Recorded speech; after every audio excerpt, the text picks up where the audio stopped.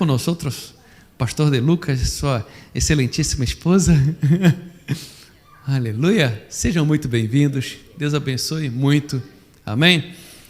Pastor De Lucas se tornou um grande amigo meu. Ele sempre vem, sempre estamos aqui, e eu me fui a Brasil, 2 anos atrás, ano passado, por aí mais ou menos. E ele me disse: pastor, quando vais a Brasil, eu consigo desconto em alquiler de carro. Que bom, pastor, graças. Sim, eu vou aproveitar. E fomos. E aí, chegando aí, ele tentou fazer por la internet e não pudo. E tentou fazer por aplicativo e não pudo. E ele se agarrou como 1h30 de viagem para ir à agência, para firmar aí, para darnos o carro, e volveu outra hora e meia para sua casa. Eu me dije: pastor, não necessitava isso, por favor, não queria dar-te trabalho, só queria desconto para não dar-te o trabalho, assim, por favor. Pero agora le dije que le estou devendo asado, assim que quando vaya a minha casa, eu vou fazer asado para ti. E bueno, a ver se nos queda tempo, amém? Pero pastor, por favor, a ver que agarro el cosito, mejor no. ¿Dónde está? No está aquí. Está en el otro. Bueno, é o púlpito mesmo. Benção. Vamos orar para o servo do Senhor? Meu Deus, meu Pai, que está o teu servo, Senhor, pastor De Luca. Muito obrigado, Senhor, pelo que tens feito na vida dele. Pai Santo, muito obrigado, Senhor, por ele estar mais uma vez conosco. Te peço que tu possa abençoar ele, a sua esposa, a sua filha. Abençoe essa família grandemente. Faça-os prosperar grandemente, meu Pai. Meu Deus, abençoa o teu servo, que tudo que ele colocar as mãos para fazer, tu possas prosperar. Meu Deus, usa-o para trazer a tua mensagem aos nossos corações nessa noite. É que eu te peço, em nome de Jesus. Amém. Obrigado, pastor. Obrigado.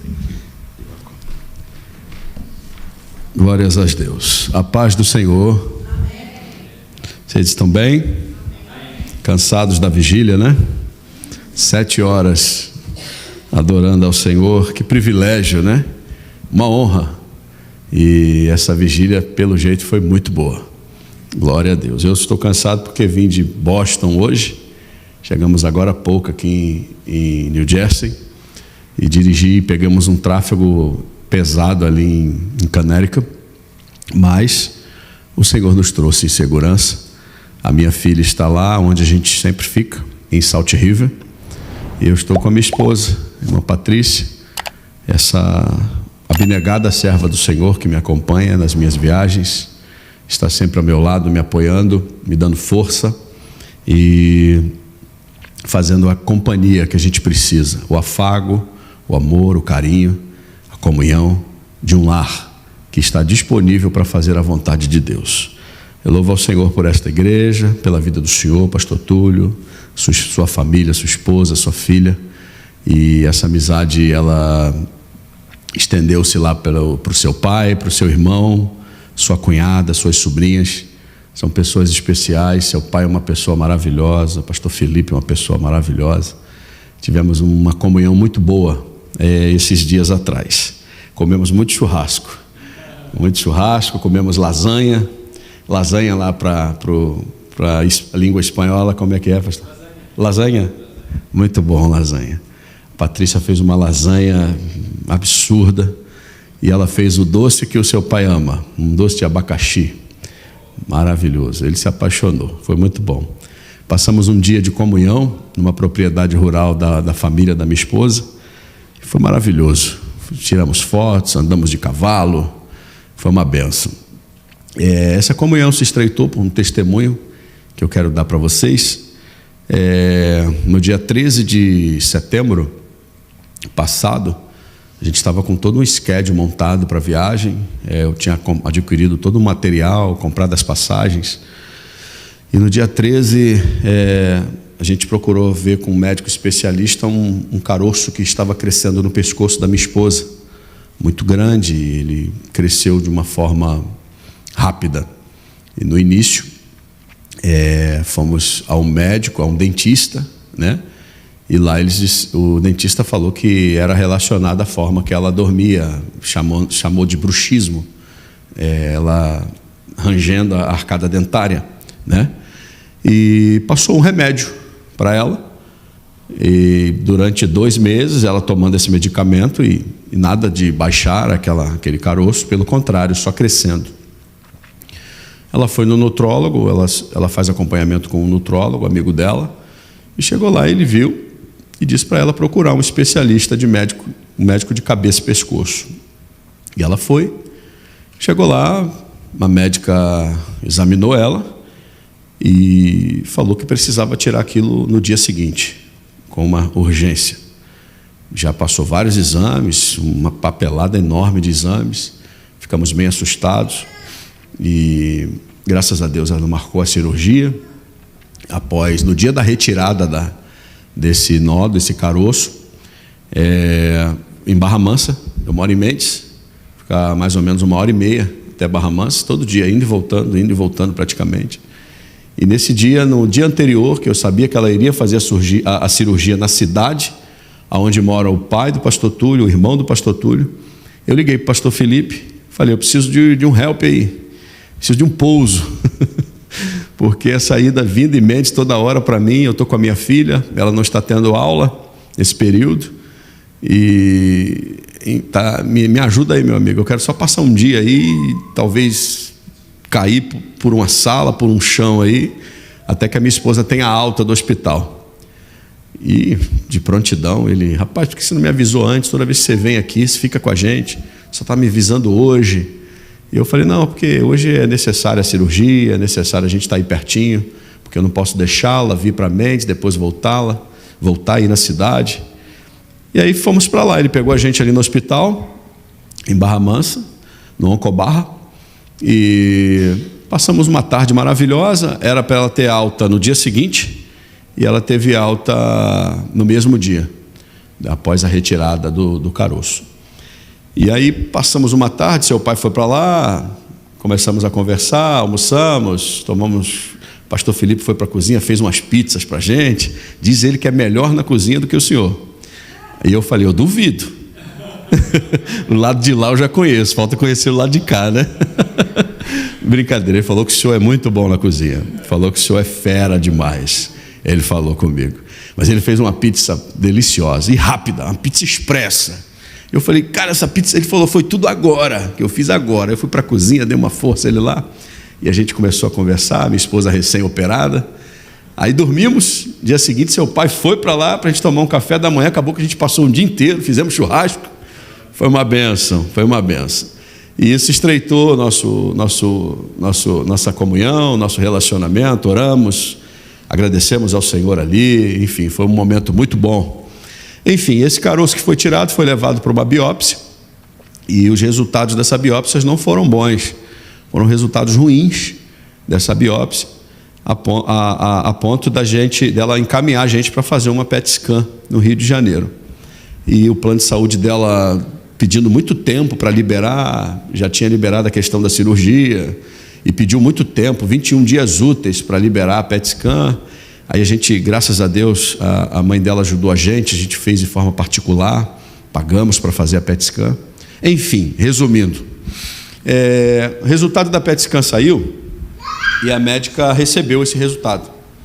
Quando ela recebeu esse resultado, a primeira biópsia que foi feita no caroço que foi tirado, deu um linfoma de grau B maligno,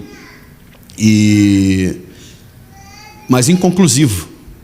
E foi levado pediram para que a gente fosse ao laboratório pegar esse linfoma, esse material, levar no laboratório para que fosse feito uma imunohistoquímica, um exame de imunohistoquímica, um exame mais a fundo.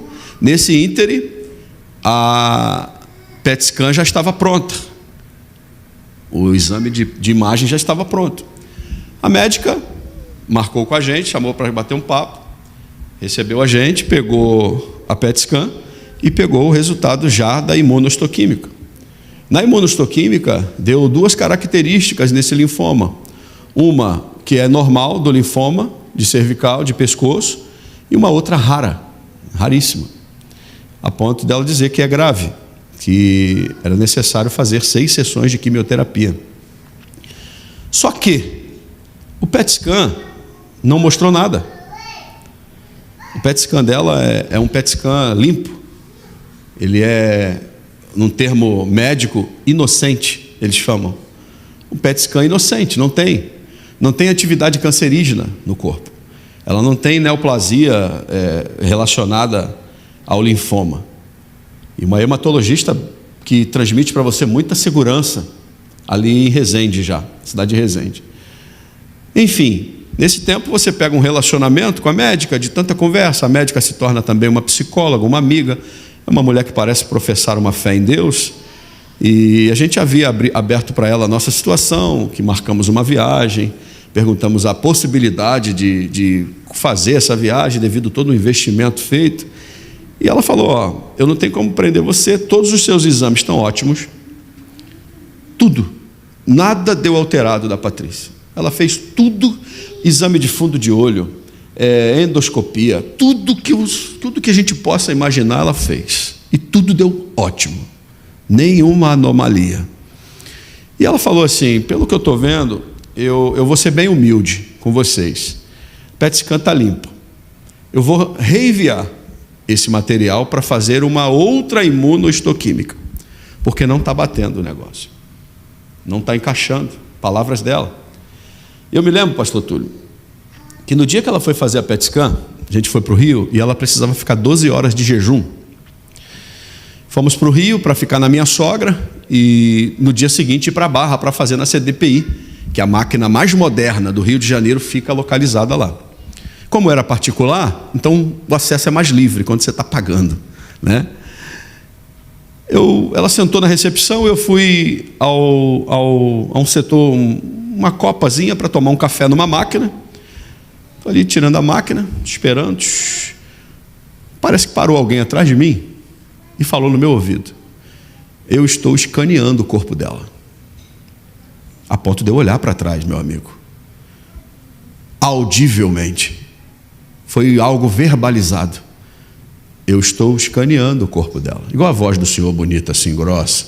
Eu estou escaneando o corpo dela. Não tinha ninguém atrás de mim. Eu senti uma graça, um gozo, que eu entrei no banheiro e coloquei a minha cabeça na parede do banheiro e orei. Senhor, eu não estou ficando louco. Essa situação não. Eu conheço a tua voz. Eu oro. Eu busco a ti. Eu tenho passado dias na tua presença. Eu creio, Senhor. Eu creio. Fui lá na recepção que ela estava com outro semblante. Ela, tá tudo bem? Eu falei, Deus falou para mim que está escaneando o teu corpo. Ela falou assim, mas o resultado já está lá. Aí eu falei assim, mas o que importa para Deus e para mim é o que está aqui. O que está lá são resultados químicos, biológicos. Estão lá. O que importa para mim é aqui. É aqui. E se ele está escaneando o teu corpo, vai vir notícia de Deus boa para a gente aí. Eu creio. Ela, amém, meu amor. Ela fez a PET scan. Essa médica hematologista, no dia que ela viu a PET scan dela e o resultado da imunohistoquímica, pediu o telefone da médica que laudou o PET scan dela, para ligar. Elas se falaram ao telefone na nossa frente, pastor Túlio. Esse PET scan, aí a médica do outro lado, está tudo 100%, não teve problema, porque às vezes precisa refazer o exame, porque o paciente se mexe muito, às vezes o jejum não foi completo, tem sempre, só que foi tudo 100%. O PET scan, o resultado é esse aí, doutora, a ponto dela tomar essa decisão. Resultados, abreviando agora totalmente.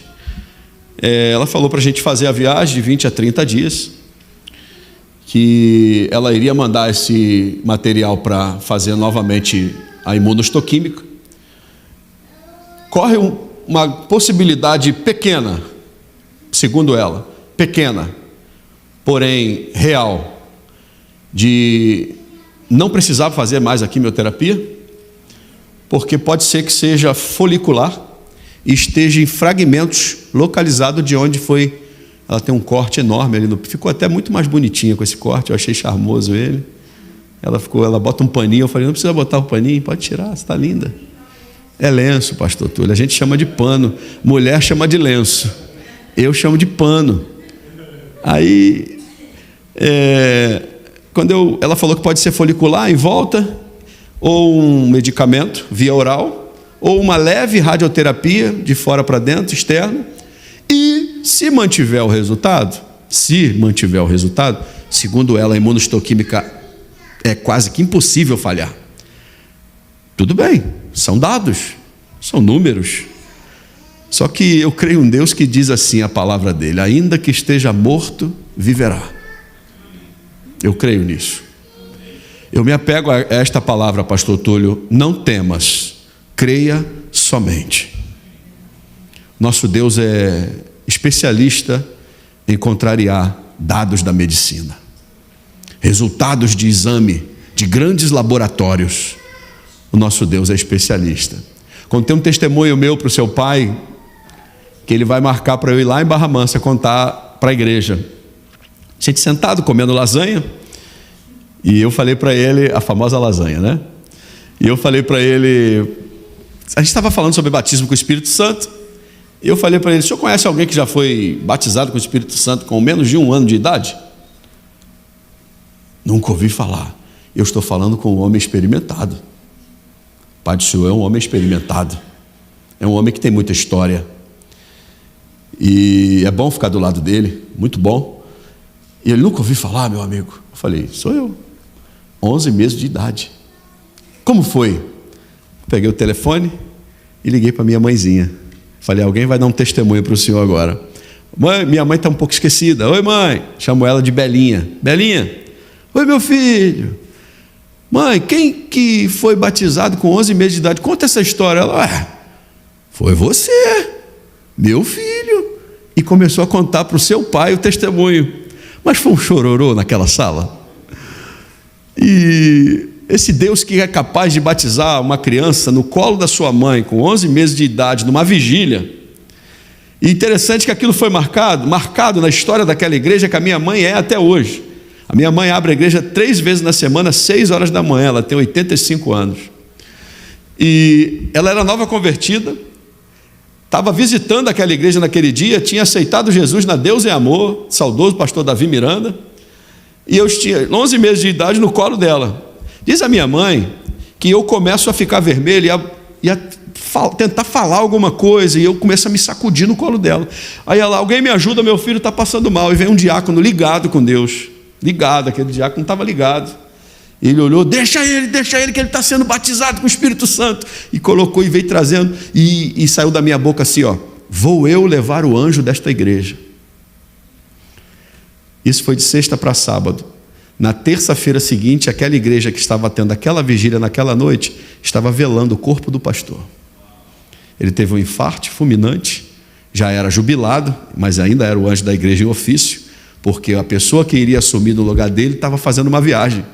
Sebastião Alves de Souza, pastor Sebastião, estava tendo o velório. Hoje, quando eu visito a minha mãe, as pessoas, membros daquela época ainda, olham e dizem assim: ó, o menino misterioso. E a minha mãe fala: o menino misterioso está andando por aí pregando a palavra do Senhor. Deus é bom. Então esse Deus que é capaz de trazer algo verbal de uma criança que nunca falou nada, 11 meses de idade, ele muda o resultado de um laboratório. Então eu creio, pastor, que essa pequena porcentagem, essa pequena possibilidade dessa imunohistoquímica ter dado algum resultado falho, bem, é o suficiente para que ela não faça essa química.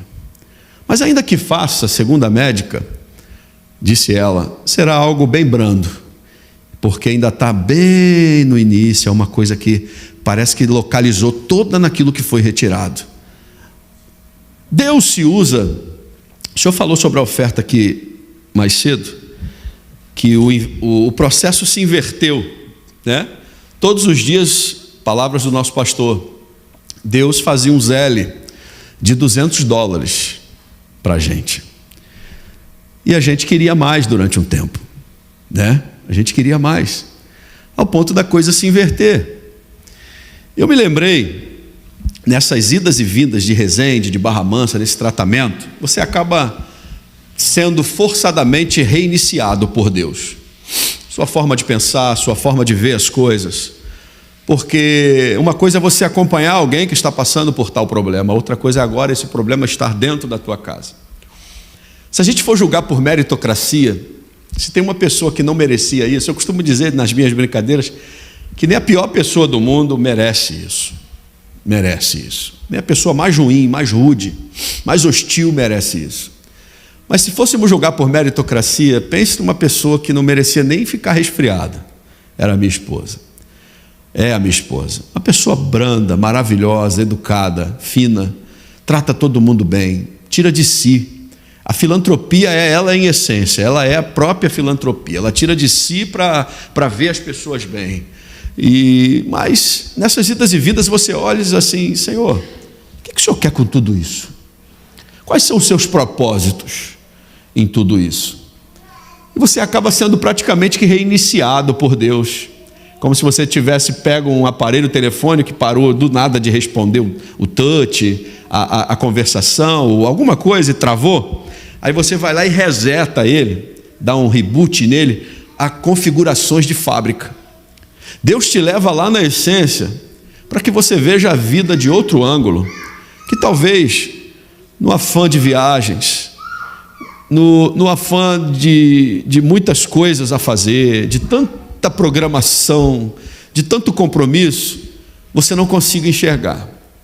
Agora a enfermidade alojou-se dentro da tua casa, é a mulher da tua vida, é a pessoa que você mais ama na vida, é a sua família, seu maior projeto, que está precisando agora de total apoio, precisando que você abrace a causa, precisando que você literalmente esteja enraizado no problema.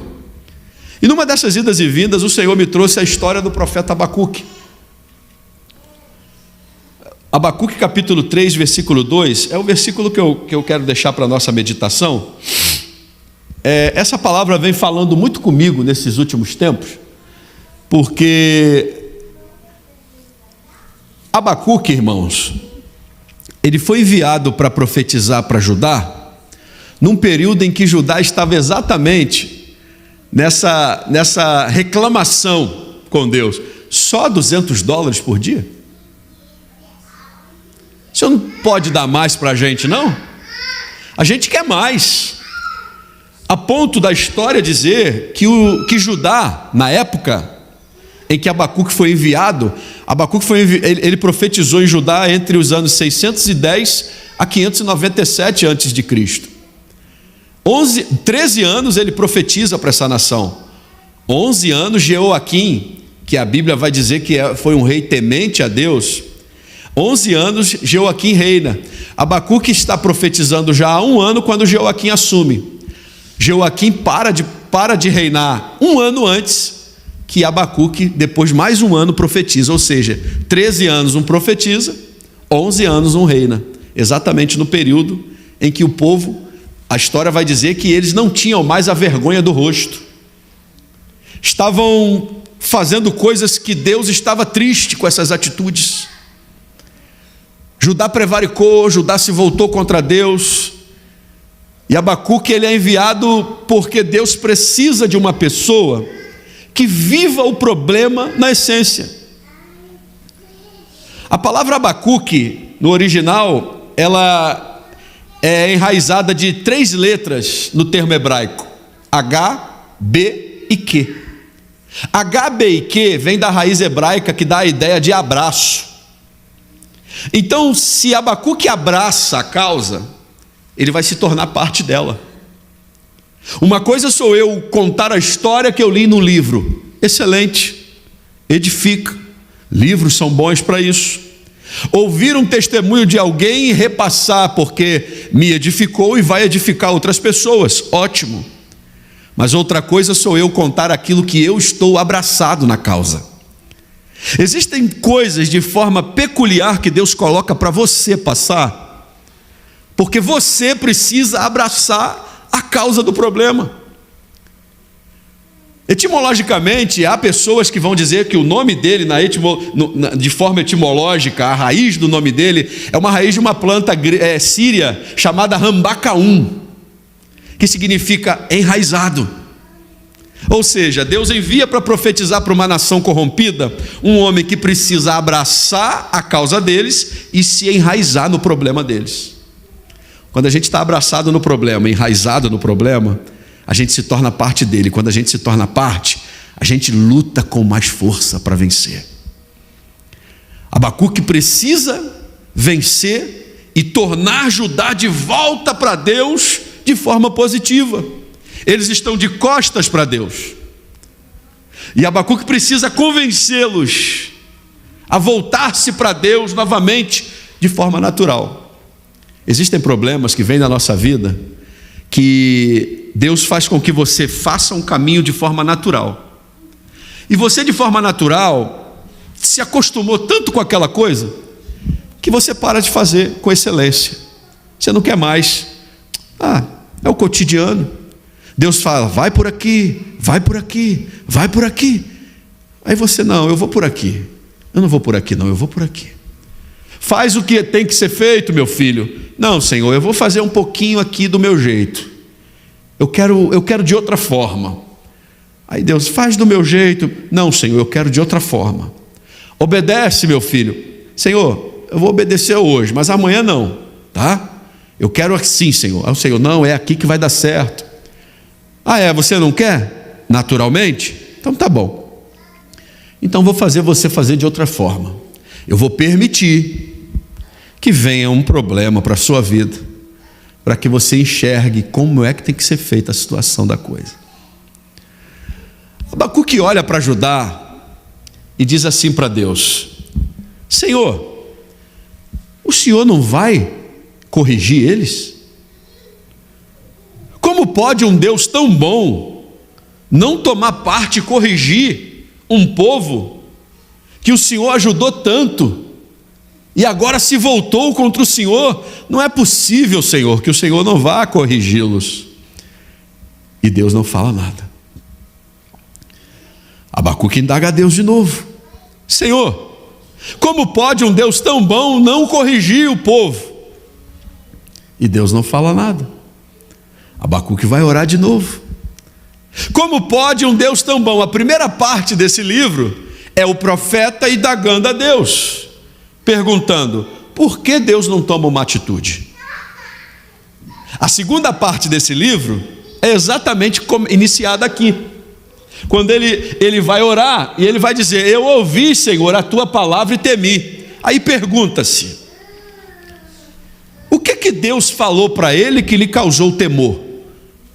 Porque anteriormente Deus não responde. Deus poderia dizer: na hora que eu quiser eu vou corrigir eles. Mas Deus cala. Por que o Senhor não corrige eles? O profeta está falando. E ele vai orar a Deus em forma de canto muitas vezes. E aí ele vai dizer: eu ouvi, Senhor, a tua palavra e temi. O que Deus falou para ele que ele causou temor? Sabe o que Deus falou para ele? A resposta de Deus foi assim: eu estou preparando os caldeus. Sabe quem eram os caldeus? Os piores inimigos. Os caldeus não tinham pena. Caldeu cortava a cabeça. Caldeu matava a família inteira, tacando fogo na casa. Caldeu tinha um poder bélico grande, as melhores armas. Aí entra a terceira parte do livro, quando Deus fala para Abacuque assim: eu estou preparando os caldeus. Abacuque reflete e fica perplexo. Os caldeus? Aí ele vai para a terceira parte do livro. Como pode um Deus tão bom preparar inimigos tão cruéis para vir contra o seu povo? Primeiro ele indaga porque Deus não corrige. Deus fala: tá bom, eu vou preparar uma correção para eles, os piores inimigos. Aí ele diz assim: mas como pode um Deus tão bom preparar inimigos tão cruéis para corrigir o seu povo? Voltando, a gente tem que fazer o que é certo, o natural, o que tem que ser feito, e a gente não faz. Aí Deus permite que as coisas aconteçam na nossa vida para nos despertar. Melhor é que despertemos naturalmente. Melhor é que andemos no caminho de forma natural em obediência. Só que muitos não querem trilhar o caminho da desobediência, fazer segundo o seu jeito, a sua vontade e trilhar caminhos que Deus abomina. Só que Deus, para não perder a pessoa, Deus monta estratégias para que essa pessoa tenha sim um arrependimento, mas de forma mais dolorosa. O Senhor, um Deus tão bom, vai permitir inimigos tão ruins vir contra o seu povo? Só que Deus sabe o que faz. A Bíblia diz que Ele não manda uma luta além daquilo que eu posso suportar. A Bíblia diz que Ele prova, mas Ele ajuda a passar na prova, porque os olhos do Senhor ainda estão olhando. Ele está te provando, mas Ele está te olhando, porque quando for maior que a tua força, Ele vem, te ampara e te ajuda e te pega pela mão. É por isso que Deus está dizendo: eu estou provando porque eu tenho algo especial para você lá na frente. É por isso que Deus está dizendo: eu estou permitindo essa situação porque eu quero que você veja aquilo que você não estava conseguindo ver sem essa situação. A Bíblia diz que Ele usa a tormenta para fazer o seu caminho, lá em Naum. A tempestade é Deus avisando, o caminho difícil é Deus provando, o processo é Deus querendo preparar para algo grande. Então a gente precisa ter o discernimento de que isso que estamos passando, sendo uma luta grande, média ou pequena, independente do tamanho, é Deus de uma forma ou de outra querendo nos remover, nos mexer, nos avivar. Mas o melhor é ir naturalmente. O melhor é não fazer força para ir. O melhor é obedecer, o melhor é jejuar, o melhor é buscar ao Senhor. Sabe o que acontece no desfecho do livro? A Bíblia diz que os caldeus, eles acabam que o seu ego, a sua prepotência, eles começam a degladiarem-se entre si. Eles ficaram egocêntricos, ficaram altivos. E a Bíblia diz que isso acontece após uma atitude de Judá. Sabe o que Judá faz? Quando Judá olha e vê que os piores inimigos estão vindo para guerrear contra eles, eles se arrependem, e eles se humilham, e eles buscam ao Senhor, e eles passam a chamar a atenção de Deus, e eles passam a falar com Deus novamente, e eles passam a querer ver Deus novamente. Aí Deus olha para aquele quadro, aquele cenário e diz assim: viu como eu tenho meu povo de volta? É só permitir que uma situação adversa chegue. Aí eles se voltam para mim novamente, e eu os tenho novamente a mim, para mim. Quando Deus vê a atitude do seu povo em humilhação, Ele permite que os próprios caldeus lutem entre si e morram, e percam soldados. A maldade dos caldeus se voltou contra eles, diz a Bíblia. Mas isso tudo acontece porque o povo se humilha. Essa palavra que causa temor no coração do profeta é Deus avisando que vai preparar o pior inimigo. Aí o que causa-lhe temor também causa uma atitude para que ele peça: aviva, Senhor, aviva o coração de Judá, aviva o coração do teu povo, faça com que eles se arrependam, aviva a tua obra no meio dos anos, Senhor. Vai nas casas, vai nas famílias, Senhor, entre no coração deles novamente. Ou seja, se preciso for, Senhor, reinicia eles, faça com que eles tenham um reinício, configure eles as configurações de fábrica originais, Senhor, porque o Senhor quer um coração contrito. A tua palavra diz que é um coração quebrantado e contrito o Senhor não desprezará. E quando ele pede isso, o povo parece que ouve, parece não ouve, e se volta a favor de Deus, se volta para Deus, se volta em favor do Senhor, e os inimigos perdem a batalha e desistem de investir contra Judá. Um avivamento que vem porque Deus permite o pior inimigo me afrontar. Um avivamento que chega na minha casa porque Deus permite que uma enfermidade assole alguém da casa. E aí você olha e diz assim: Senhor, eu não tenho motivos para reclamar. Como disse aqui o nosso pastor, a tua fidelidade, ela é infinda. E a minha palavra de hoje é gratidão a ti, Senhor.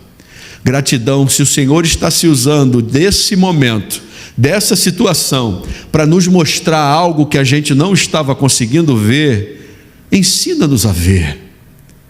Mas a gente não vai reclamar, a gente vai dar glória a Deus.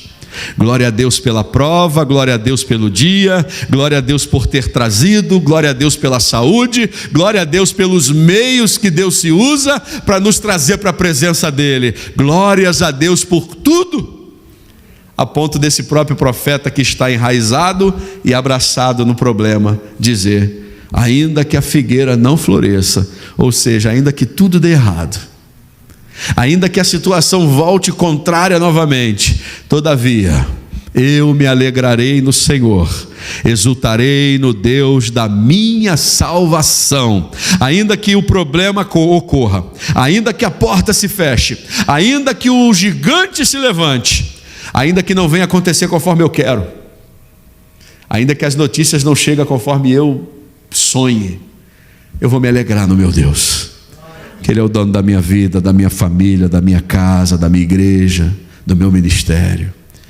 Vamos ficar de pés. A obra do Senhor está sendo avivada. E o Senhor se usa de permissão. Permitiu o pior inimigo vir contra Judá, para que eles saiam da zona de conforto, a zona da desobediência.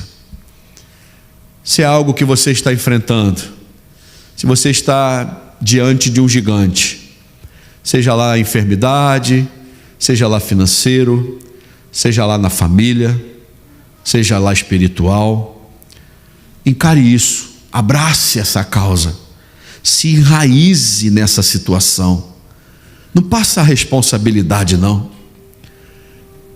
Me lembro que uma dessas vindas de Resende, Patrícia falou para mim assim: pastor Túlio, meu amor, está tudo preparado lá, quem não pode ir sou eu, vai.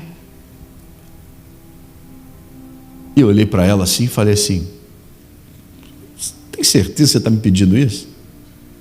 Nunca faria isso. Eu estou abraçado e enraizado nessa situação. Eu estou contigo, meu maior ministério é você, meu amor. Falei isso para ela. E não falei só não, é viver isso. Não existe isso aqui, não existe isso aqui. Se não existisse aquilo ali é primeiro. Aquela pessoa é primeira na minha vida. A mulher, a minha esposa. Deus usou essa mulher para mudar a história da minha vida. Eu estou com ela até o final. Meu maior ministério é ela. E eu estou abraçado e enraizado nessa situação. Eu falei para ela: se Deus quiser que a gente vá, Deus vai preparar tudo. Eu estou escaneando o corpo dela. Será que Deus pode escanear o seu corpo hoje? Sondar você de baixo para cima, de cima para baixo, de dentro para fora, de fora para dentro, por completo. Deus se usa das situações que Ele domina. Olha o que a palavra diz: eu vou preparar os caldeus. Ele prepara o inimigo, não para matar o seu povo, mas para despertar o seu povo. Deus se usa de situações para nos despertar. Eu disse para ela: estou contigo. Aí Deus preparou, a gente está aqui. Ela está ali do meu lado. Trouxe os óculos do meu amigo. Diz ele que clareou mais o negócio, né, pastorzão? E o papai caprichou, né? Eu queria ter um pai assim, né? Como diz o outro. Meu velhinho faleceu. Meu pai faleceu numa terça-feira. No domingo seguinte eu conheci ela. Meu pai era tudo para mim. Aí quando Deus tirou um, mas mandou logo a outra. Rapaz, eita, Deus não erra na conta, gente. Então, meu irmão, abrace essa causa. Seja o responsável para mudar esse cenário. Não passa a responsabilidade, não.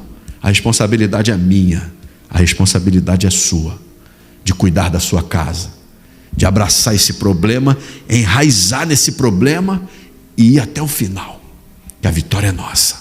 Amém? Quantos tem uma causa hoje para colocar diante de Deus? Uma causa diante do Senhor. Qual é a tua causa hoje?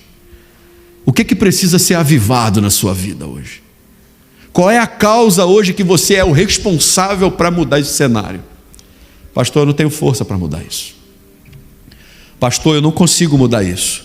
Mas o teu Deus consegue, Ele vai te ajudar.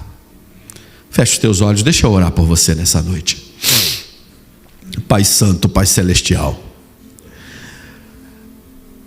Tua palavra diz, Pai, que o Senhor não manda uma dificuldade sobre nós além da nossa força.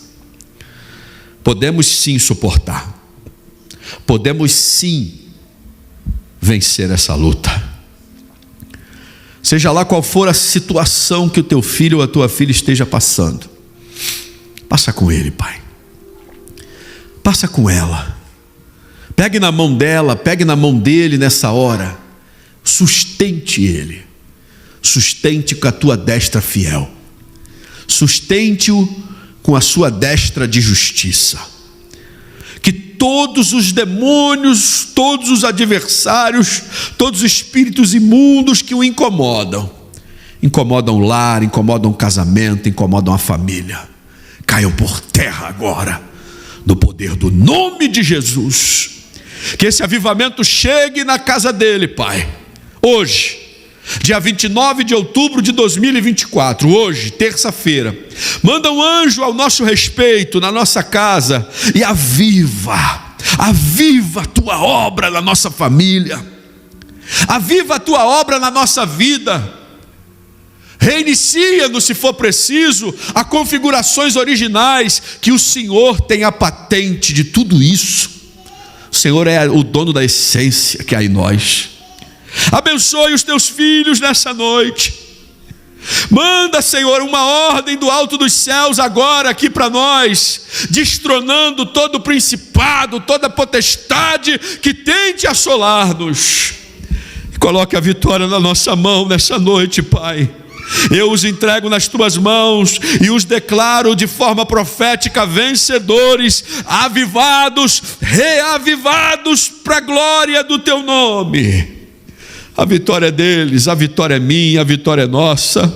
Em nome de Jesus, ainda nesta oração eu entrego a ti o anjo desta igreja, Senhor, teu servo, pastor Túlio, sua esposa, Senhor, sua filha, sua casa, seus projetos, seus negócios, tudo aquilo que o Senhor deu na mão do teu filho para que ele faça, Senhor, e eu sei que ele faz com excelência, Pai, porque é zeloso e temente a ti. Capacite o teu filho ainda mais para cumprir, Senhor, tudo que o Senhor colocou nas suas mãos.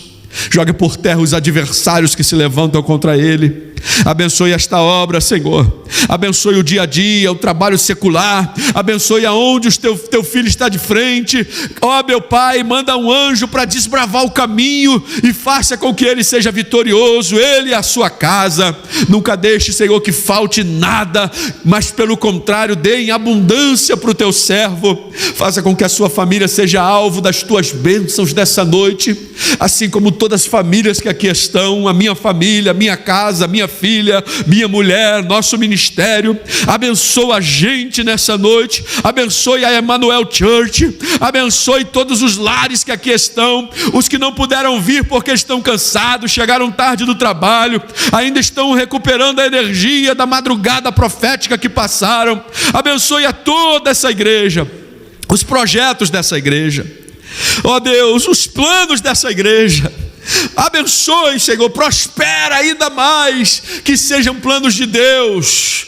Acresce, Senhor, que essa igreja predomina, que essa igreja é o manager, está de frente. Abençoa, Senhor, também. Faça com que o Senhor, o teu nome seja glorificado ali também, Senhor, nesta obra. Enfim, tome nas tuas mãos, aviva a tua obra, aviva a tua obra, porque se o Senhor avivar as vidas, as famílias, a tua obra será avivada também, Senhor. É a minha oração a ti, com gratidão por tudo que o Senhor tem feito. Obrigado, em nome do Senhor Jesus. Quantos podem dizer amém e aplaudir ao Senhor nessa noite? Deus abençoe, tome o seu assento. Eu trouxe uns devocionais ali fora. São devocionais maravilhosos. Você já leu esse devocional, Café com Deus Pai? Não. Rapaz, eu comecei a ler ano passado, no início do ano, 2024, e eu fiquei maravilhado. É um capricho assim. Eu já li muitos devocionais, mas esse devocional, ele tem um plus assim, ele é muito espiritual, entendeu? É muito espiritual, todo dia, o Café com Deus Pai. E esse ano, esse que eu tenho já é o 2025, já é o do ano que vem. E ele fez o Teens e o Kids, todo dia. E é um material de qualidade. Todo dia, antes de você tomar a rédea do dia, ligar o carro, sair para montar o teu schedule, limpar a sua casa, fazer a obra, trabalhar no seu afazer diário, fazer qualquer que for a tarefa, você vai sentar, pegar um cafezinho, chamar o Espírito Santo para começar o teu dia com você. E você vai pegar o devocional, tem ali a data do dia, né? E você vai ler esse devocional. É uma página com referência bíblica, com testemunho e com tarefas. Maravilhoso. Tem o Kids, o Teens e o de adulto. Se você puder abençoar a nossa vida, está ali, é um material abençoador. Abençoe a nossa vida e seja abençoado também. Amém? Vamos receber o nosso pastor com palmas para Jesus. Muito obrigado. Obrigado. Eu que agradeço. Obrigado, meu amigo, pela oportunidade. Tá? Aleluia. Obrigado. Glória a Deus. A palavra do Senhor fala: aquele que tem ouvidos, ouça o que o Espírito diz. E o pastor foi usado aqui hoje. Ele não sabe, mas eu sei. Eu sei. Ele foi usado essa noite. Se você ouviu, aquele que tem ouvido, ouça, guarde, coloque em prática, para que Deus possa te abençoar. Amém? Espero que hayan entendido, que el Espíritu Santo haya tocado los corazones de ustedes y que el Señor, amén, gloria a Dios. Qué bueno, gloria a Dios, gloria a Dios. Bueno, ¿dónde estás mismo? Coloca a mão no seu coração, que a graça de nosso Senhor Jesus Cristo, que o amor de Deus nosso Pai, que a comunhão do Espírito Santo seja contigo, hoje para todo sempre, em nome de Jesus. Amém. Que Deus te abençoe muito. Tenha uma ótima semana, em nome de Jesus. Amém.